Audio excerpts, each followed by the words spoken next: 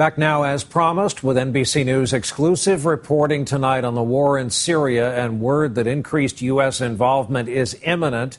That's what has put this story on the front burner. U.S. weapons are now due to start arriving in rebel hands in the next 2 weeks, and the money, millions of dollars a month, is already flowing through the pipeline. Our report tonight from our chief foreign correspondent, Richard Engel, who has made his way back inside Syria.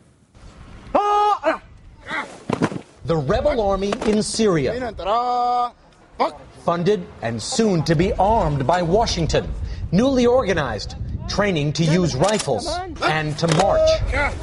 They wear American supplied uniforms, use American radios, eat U.S. military rations.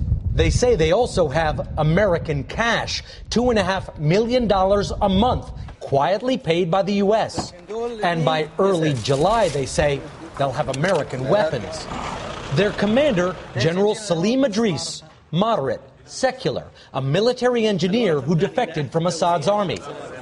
He showed us his men, a force he claims of 80,000. They are not extremists. They are just fighting for democracy and freedom, to stop killing, to defend their villages and towns. He took us to the frontline town of Han al-Assal, near Aleppo. He says he seldom faces Syrian regime forces anymore. Those who are fighting on the ground are Hezbollah fighters, Iranian fighters, and Iraqi fighters. Iraqi Shia fighters. Shia fighters, yes, of course. He can see a Hezbollah position just a few hundred yards away.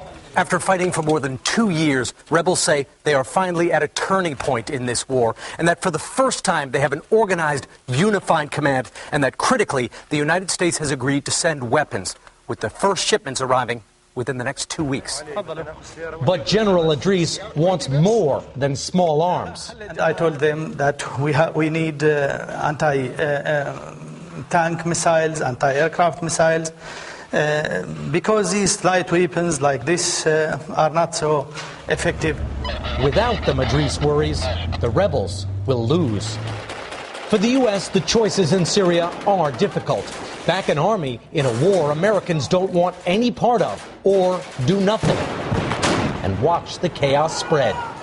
Richard Engel, NBC News, Han al-Assal, Syria.